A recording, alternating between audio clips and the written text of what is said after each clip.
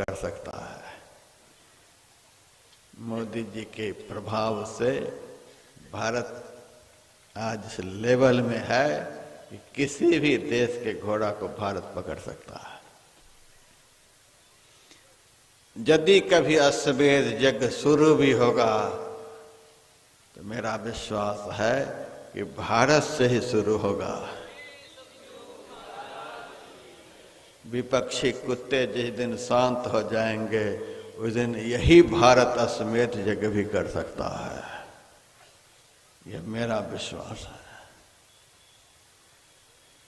देश हमारा भारत प्यारा सब देशों से न्यारा है। इसको ऋषि मुनियों ने मिलकर अपना हाथ संवारा है। यह संतों का देश है, महर्षियों का देश है, ऋषियों का देश है, मुनियों का देश है। और इसी मेंटेलिटी का यदि कोई सत्ताधारी होगा तभी इस देश की रक्षा भी कर पाएगा, नहीं तो नहीं कर पाएगा। मेरे कहने का भाव, अभी एक भी अश्वमेध यज्ञ करने का सामर्थ्य किसी भी राष्ट्र को नहीं है। फिर 2-3 तो कोई कर ही नहीं सकते। कम से कम एक अश्वमेध यज्ञ करने में कई लाख खरब रुपए खर्च होंगे। संपूर्ण धरती पर के मानवों को कम से कम 35 दिनों तक भोजन करना पड़ेगा। इतना विशाल यज्ञ होता है।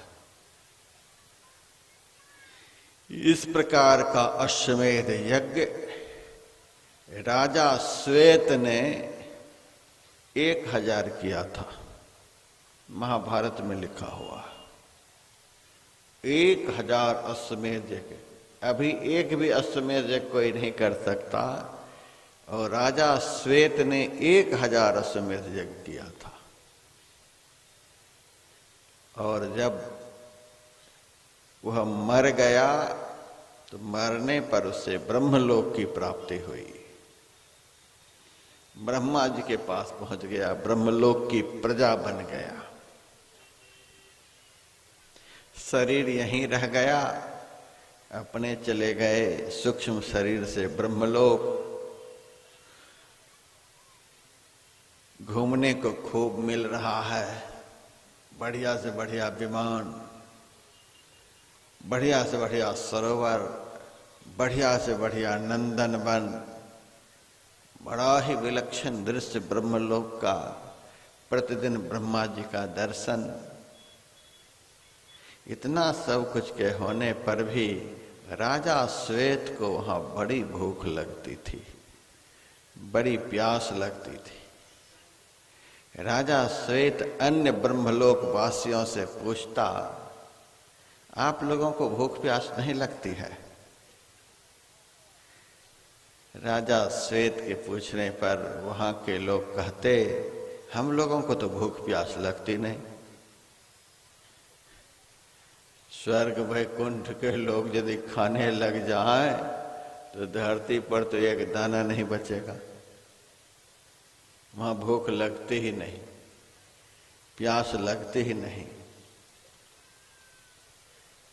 आप कितना भी कुछ चढ़ा दीजिए, देवता केवल भाव को ग्रहण करते हैं, पदार्थ को ग्रहण नहीं करते।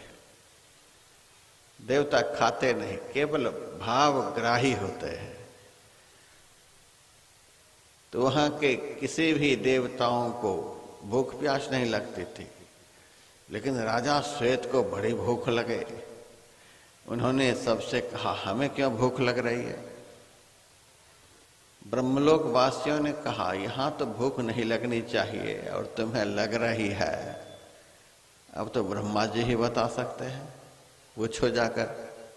ब्रह्मा जी से जब पूछा गया तो ब्रह्मा जी ने कहा, राजा श्वेत, तूने यज्ञ कुंड में करोड़ों करोड़ों क्विंटल घी स्वाहा कर दिया। जौ स्वाहा कर दिया, तिल स्वाहा कर दिया, और भी बहुत कुछ स्वाहा कर दिया। लेकिन राजा, तूने गरीब के पेट में जो आग धक धक रही थी भूख की, उसको कभी शांत नहीं किया, अन्न दान नहीं किया। दीन दुखी व्यक्ति के पेट में जो भूख की आग जलती है, उस आग को बुझा देने से 1000 अश्वमेध यज्ञ करने का पुण्य प्राप्त होता है।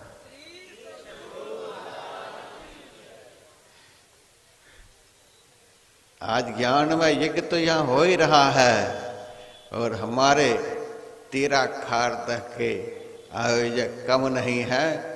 हजारों हजारों लोगों के पेट की ज्वाला को भी शांत करने के लिए साथ साथ द्रव्यमय यज्ञ भी कर रहे हैं। कितने को भोजन कराया जाएगा, और बड़ा अव्वल दर्जे का भोजन, भूखे के पेट में भोजन 1000 अश्वमेध यज्ञ के समान फलदायक होता है। तूने अन्नदान नहीं किया, भूखे के पेट में आहुति नहीं दी, इसीलिए तुम्हें ब्रह्मलोक में भी भूख सता रही है। आप लोग सकल सूरत से तो नहीं लगता है कि गरुड़ पुराण पढ़े होंगे। 1-2 लोग पढ़े होंगे तो पढ़े होंगे। गरुड़ पुराण में यह सब बहुत चर्चा है। जब मृतात्मा यमलोक की यात्रा करती है तो यमदूत उसे घसीट करके ले जाते। उस समय वह भूख प्यास से हाय हाय करने लगता, हाय बड़ी भूख लग रही है, हाय बड़ी भूख लग रही है। अच्छा, बड़ी भूख लग रही है, ठीक है।